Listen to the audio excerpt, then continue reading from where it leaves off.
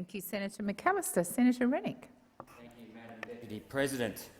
And I seem to recall it wasn't all that long ago we had Labor actually condoning the robodebt scheme. They themselves were the ones that brought back in the averaging scheme under the Paul Keating government in the late 80s. And I'll quote from the member for Sydney, Tanya Plibersek, is it member for Sydney, who said that people who failed to come to this arrangement should settle their debts. There was also the quote from member for Sydney. If people fail to come to an arrangement to settle their debts, the government has a responsibility to taxpayers to recover that money. And you know, this is also from the former deputy opposition leader. The automation of this process will free up resources and result in more people being referred to the tax garnishee process, retrieving more outstanding debt on behalf of the taxpayers. And from the member from Maribong, sorry, apologies, I know I pronounced that wrong. It is important that the government explores different means of debt recovery to ensure that those who have received more money than they are entitled to repay their debt. And Chris Bowen, what's his name? I'm not sure. Apologies for that. McMahon.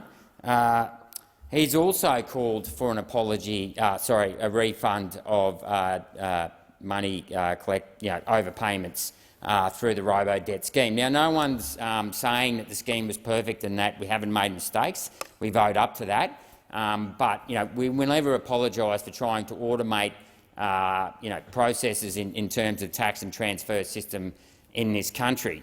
But when it comes to talking about subsidies for the rich, I think Labor should take a good look in the mirror themselves, because we just, as the Treasurer pointed out yesterday, the unions themselves received $22 million in JobKeeper fees.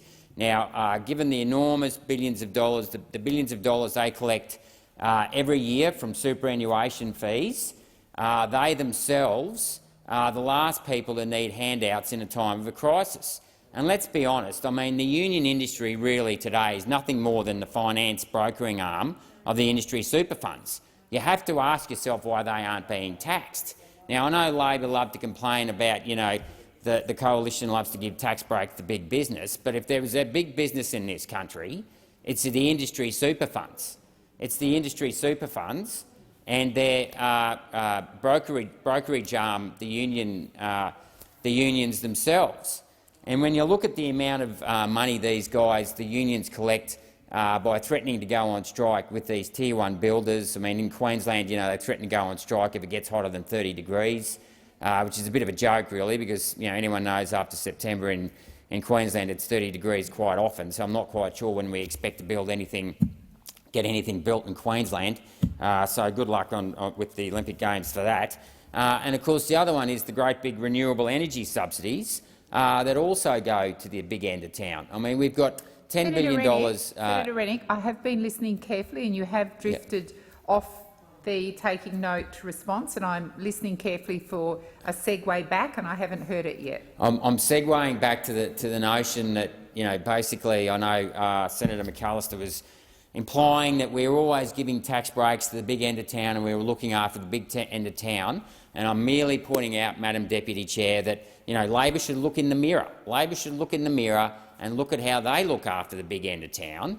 And as I was pointing out, whether it be the unions or whether it be super funds or whether it be large corporations that get generous subsidies for energy, and I'm agnostic here. I don't think any energy company should be getting government subsidies.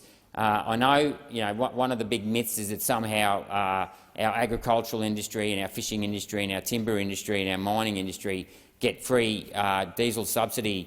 That's not true. They're actually rebates, i.e. they've paid the money and they're getting back what they paid, so it's neutral. You do need to get back to okay, so I'm coming back to robodebt, and can I say that technology, albeit flawed, and I've worked on many IT projects myself, And I can tell you, you can always take the cost of an IT project, double it and times it by 3, because that's how much it'll end up costing.